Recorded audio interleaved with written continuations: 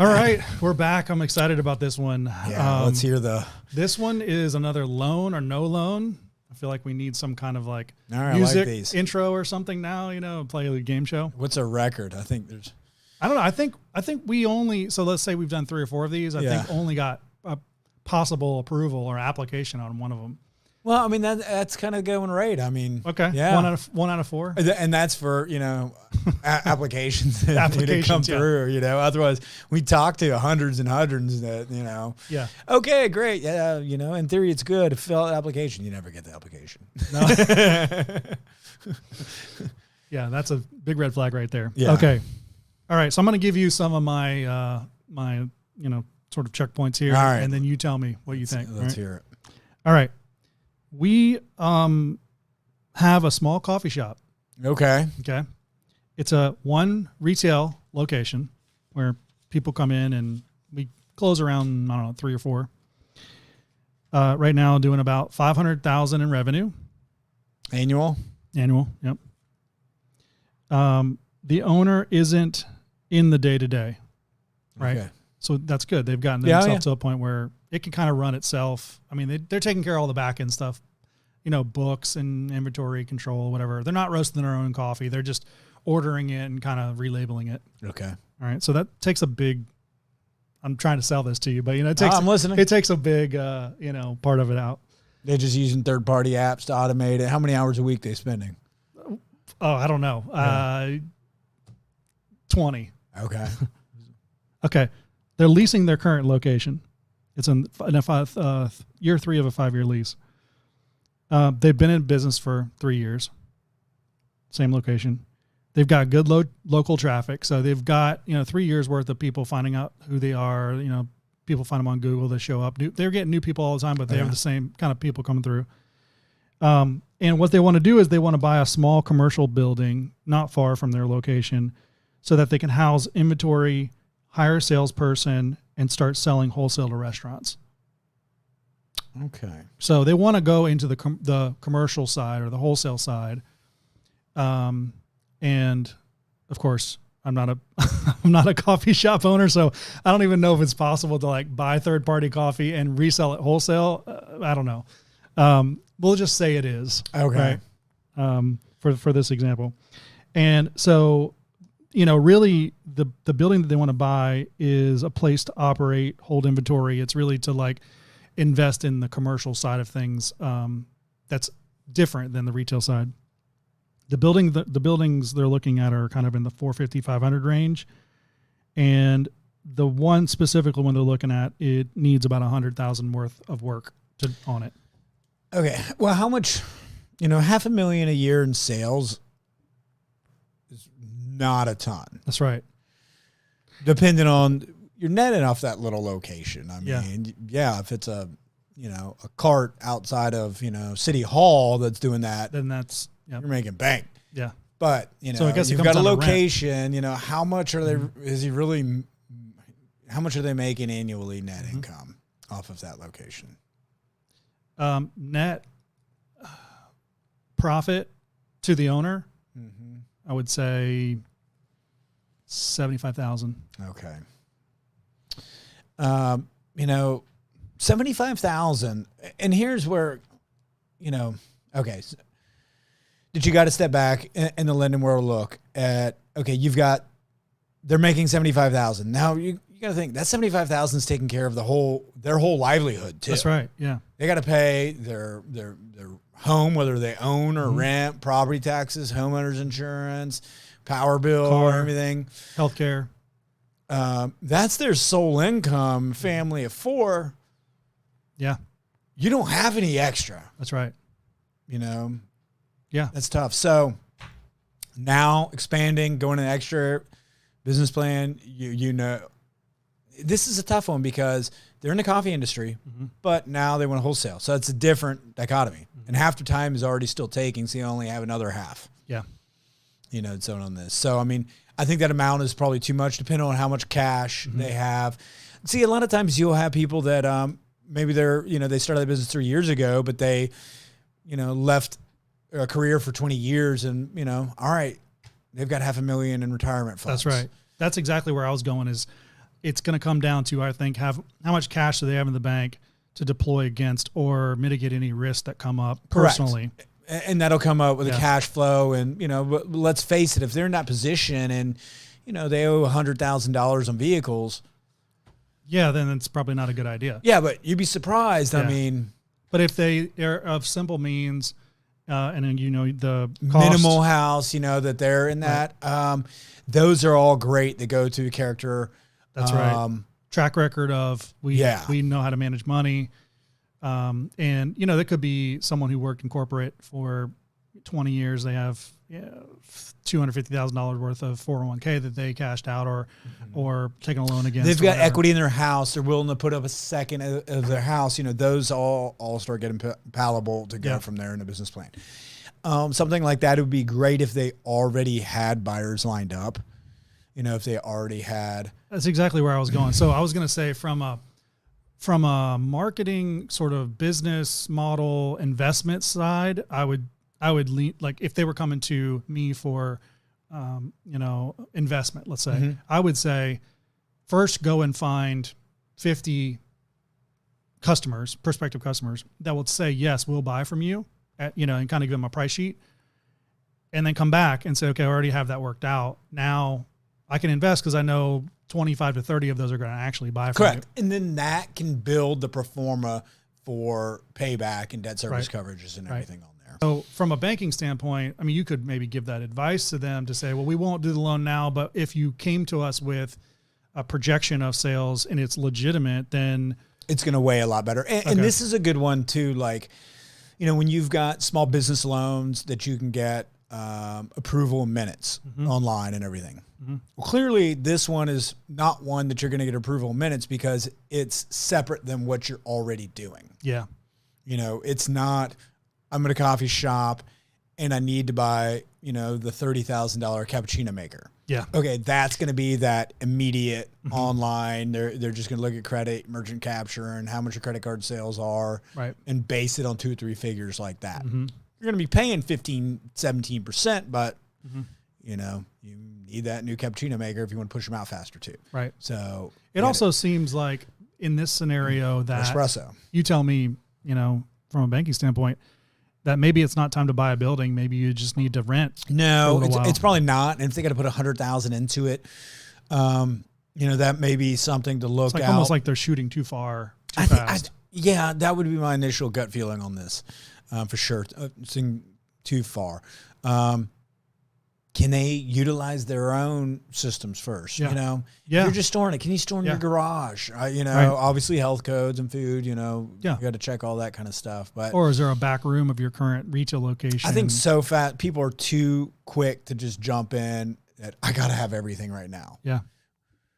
That's a great point to the point, to the whole nature of this show is, when you're talking about expanding, it can get complicated because a lot of things are personal to you. As the business owner there, you're trying to expand, you think I need X when you may not. So having, a banker look at your situation and say, well, we've looked at hundreds or thousands or tens of thousands of these. We can tell you from our experience that it makes more sense to be conservative in this way and, be a little bit more efficient, test, you get good results, then have a conversation because then it's going to work for everyone. Yes. And I saw recently 90% of businesses sales never reach over $1 million. Yeah. And that can support one family. That's right. Not multiple families. It can be great. If all of the things that we've talked about in past episodes about margins and systems and team and everything's in place, it can be great. And it can really, put a family in a good situation for retirement and succession, et cetera, selling their business.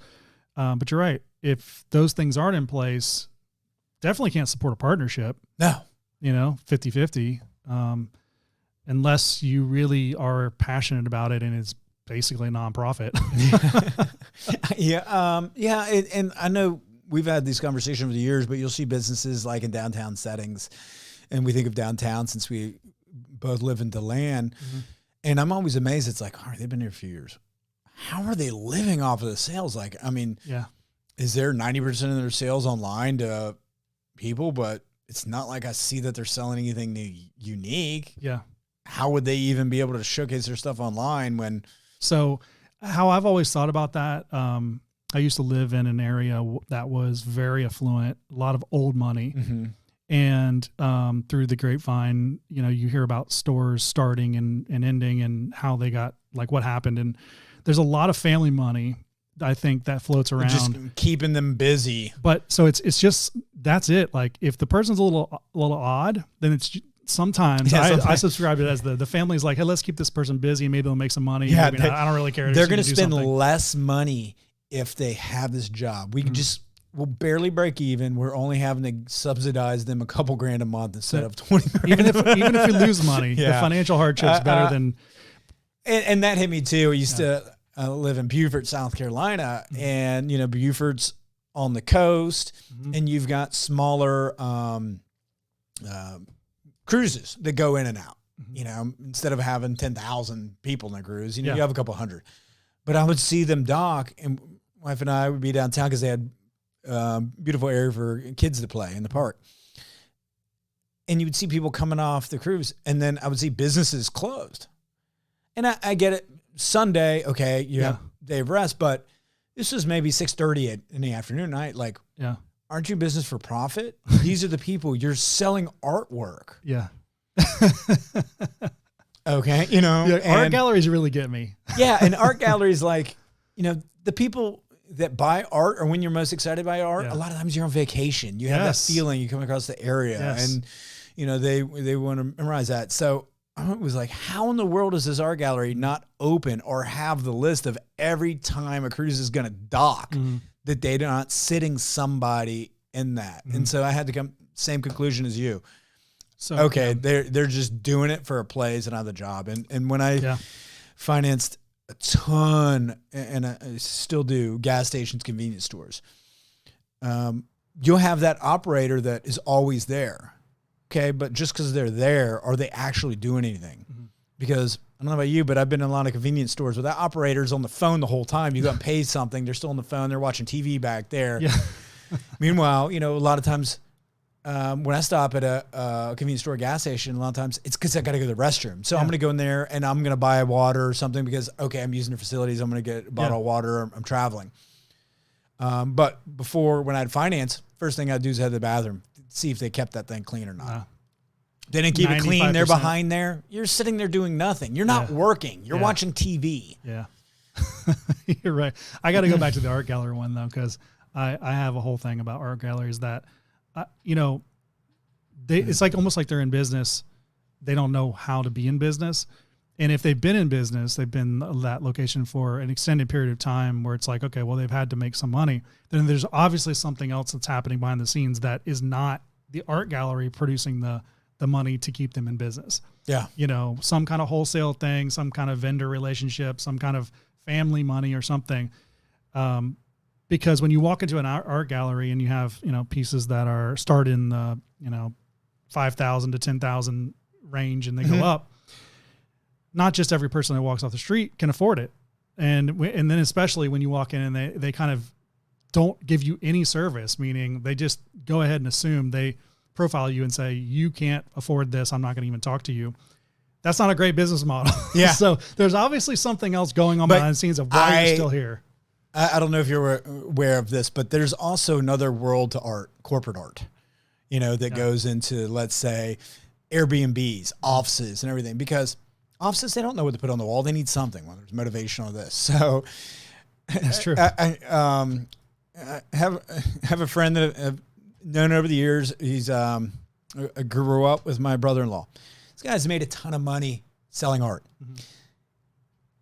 Way he would start years ago, he'd pack a van full of art, but it would be the art specific to that area. Go into the office setting. No, I'll take it. I will hang it myself. Sell $10,000 in a day on art. Wow. And even when he had to go to a junkyard because he broke back window in his vehicle from closing too hard, he was taking a sales associated. You never know who's going to borrow. The owner of the junkyard bought out all of his art in his van when he was just getting a piece of glass to replace the back. It sounds because like he went in the offices. And then, it's like, well, if you're in the Carolinas and you're selling the offices, he's like, you sell them pictures of bears, you sell them pine cones. Yeah. That's what they want. Here in Florida, you're selling them sandpipers and seagulls and this, because they just want that in their condos. That's a guy who I loved it. I mean, just sell them. And after he sold that, most people will call it a day. He went and got more artwork and sold it again, kept going out. And that sounds like a hustler. A guy who's definitely naturally good with sales and someone who doesn't overthink his business model. No, this is exactly what they want. If you're in this region, you cater, and these are exactly the prints that people want. That's hilarious. Yeah. Yeah. Well, kind of a rant there, but it definitely ties back to, knowing your business about, don't go too far too fast. Be conservative if you need to be conservative. I think in this case with the small coffee shop, it makes sense to not loan, would you say? Yes, have the conversation with them. They're great people. Let's build them in that direction. Yeah. Start out without putting yourself at risk. It's like proof of concept, really, because you're starting kind of in another business, even though it's the same product. It is a completely different type of business. Rent some space. You may know coffee, but now do you know to sell to that place? And do you know restaurants? You know patrons, but you don't know restaurants. Yeah, and or bars. If you're a coffee shop and you're best on the quality of the beans that you source. Mm-hmm. Or if you're not roasting, the quality of roasters you get, and now you're wholesaling. And what's your uniqueness of why they're going to buy yours over the one they've been using for 30 years? Listen, I love good quality coffee. Yeah. I drink it every day, and I always get good quality. I'm big on single source, but I also know majority of people out there still are drinking Maxwell House. That's right. That's right. Gas station coffee. Oh yeah. All right. Well, I would say we sold 1 out of 4 up to now. Now we're back to my losing streak. I'll have to come up with a better scenario here. I'm trying to make it interesting too. So I'm not trying to. Not every loan is approved. I mean, it's not. I mean, it's a big responsibility to take on money too. Yeah, it is. You want to pay it back. You want to make more money from it. The ducks have to be in a row. That's the thing. You don't want to put yourself in a position that, later in life, and you just continually owe a ton of money, and you borrowed money when you didn't need to. Right. I mean, just the amount of people that took out the additional, not just PPP loans that got qualified, but the whether it's idle and forgive me for terminology of the SBA loans. I know plenty of businesses that were taking out $1 million, not because they needed it, because, it's fixed for 30 years at 3%. Well, they took that money intentionally. They were buying shit that they didn't need. Yeah. And so now a few years later, when we may or may not be in a recession, but obviously money's not flowing the way it was when $3 trillion was put into it. Still owe it. They still owe that. I don't care if it's 3% or 0%. That's still obligation, stuff they spent that they didn't need to get. And I guarantee you they spent way more than they would have otherwise. Yeah, because if the money's sitting there, you're going to spend it. Yeah. So, I bet if we did an analysis of people that took out those 30-year mortgages over the last few years, let's see where they are 5 years from now. Yeah. I bet you they're not going to do as good. Some of them are going to use it to their advantage. I know some that did really well. Yeah, small percentage. They paid off debt. They're paying it down. They don't want to owe anything. But I think a majority of them are just, they got a bigger hamster wheel and they got to run faster. And good luck to you. If that's what you want to do in your life, go to it. But I sure don't want to be in a perpetual hamster wheel. It's true. Yeah. Great ideas. Great ideas. Okay. That was great. Thanks.